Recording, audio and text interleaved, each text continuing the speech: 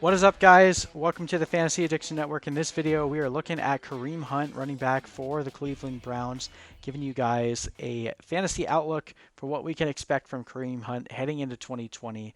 And we're also doing a lot of videos like this, so hit that like, subscribe button for more content like this one. And check us out on fantasyaddictionnetwork.com.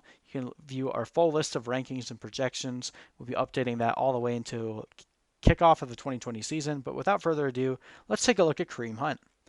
Now, Kareem Hunt came and spoiled the hopes of a lot of Nick Chubb owners last year by basically stealing almost all of his passing game work. So he misses the first 8 games of the season, comes on for the last 8, and finishes the year with only 179 rushing yards, but 37 receptions and 285 receiving yards and 3 touchdowns. That's good enough to give him 101 fantasy points, which put him at 47th at the position, but 12.7 fantasy points per game on average. Not too shabby. All right, and jumping over to his box score, we can see that he was pretty consistent until the last 2 games of the season. If you recall, those 2 games, Nick Chubb wasn't doing too hot either. So averaging over 10 fantasy points per game made him a really nice running back too, someone that hopefully you didn't have to draft and roster for the entire year. Hopefully you're able to acquire him off the waiver wire or through a trade closer to the time that he came back. If you had to hold on to him for the whole year, it probably didn't help you nearly enough, but if you were able to acquire him cheap, became a really nice option, especially to get you through some of the more devastating injuries that always seem to happen towards the end of the year. He never really blew up, but he was very solid, especially for that 6 game stretch from week 10 to week 15. I think we can expect a lot more of the same from Kareem Hunt heading into 2020. We delved into this a lot when we talked Nick Chubb. I don't think that Kevin Stefanski is going to want to turn this into a running back by committee.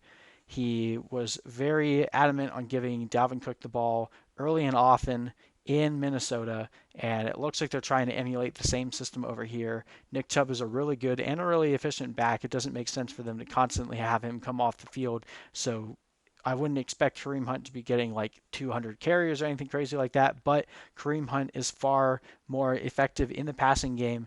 Baker Mayfield quickly learned how good of a pass catcher Kareem Hunt was. We see 9 targets in the very first game, 8 in the second, and another 9 target game against Arizona. So that was where he was making his fantasy his fantasy money in PPR leagues, getting involved in the pass game. I would expect that to continue again. There's already rumblings of Kareem Hunt playing in the slot, being that third wide receiver option when they're not in 2 tight end personnel. Now, granted, we do expect them to be 2 tight end personnel a lot there with Austin Hooper coming to town and David Njoku.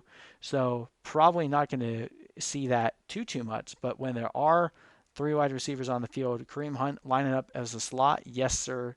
I think that's going to be a really juicy spot for Kareem Hunt. Now, unfortunately, his ADP is still kind of high, considering that he's probably not going to do much more for you than be another running back too. But if you take a few receivers early and you need a third running back, getting Kareem Hunt in the late 5th, early 6th round where he's going right now, not the worst thing you could do. And he carries really good upside. If for some reason Nick Chubb were to go down, he could instantly become a season winner for you because he would then go into a situation playing behind the upgraded offensive line and very well could be a top 5 running back rest of the way. So when we look at his efficiency metrics, not as efficient as Nick Chubb, but still doing pretty good. Juke rate 27.5%, that put him at 15th. Yards per touch 5.8, that put him at 7th at the position. His production premium is plus 35.8, that's 4th best at the position. But his catch rate was insane at 82.2%, that's number 12. But as you can see, his snap share is only 54%. I'm not expecting his snap share to go up tremendously, but there's a chance that it might. Maybe Kevin Stefanski was just obeying what what Mike Zimmer wanted him to do in Minnesota, and maybe he plans on running a running back by committee. You could argue that the Cleveland Browns running back duo between Nick Chubb and Kareem Hunt is the best running back duo in the entire NFL.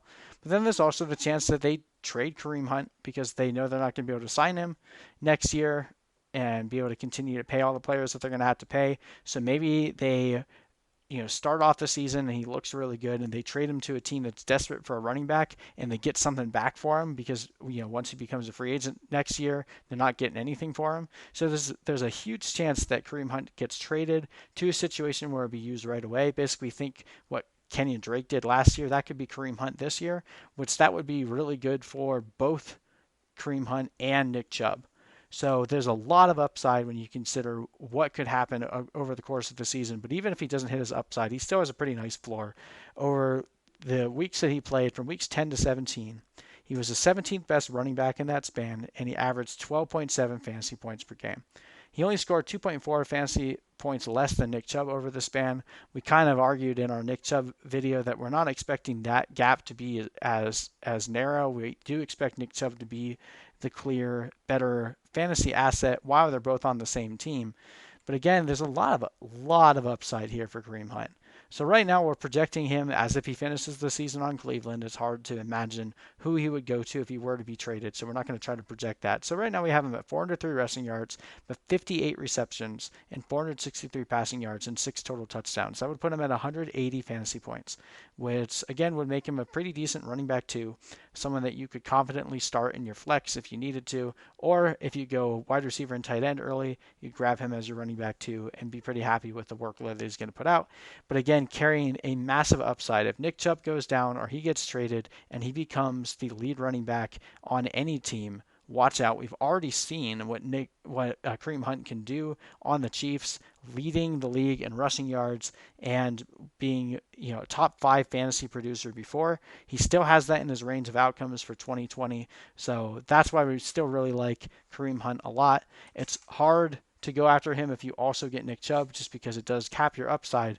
But if something were to happen where he got traded, man, having Nick Chubb on the Browns and having Kareem Hunt on another team, that would be a season winner right there. So really like the upside that Kareem Hunt provides for you in the middle rounds. But anyway, let me know what you guys think in the comment section below, and let me know if there's any other players you want me to look at.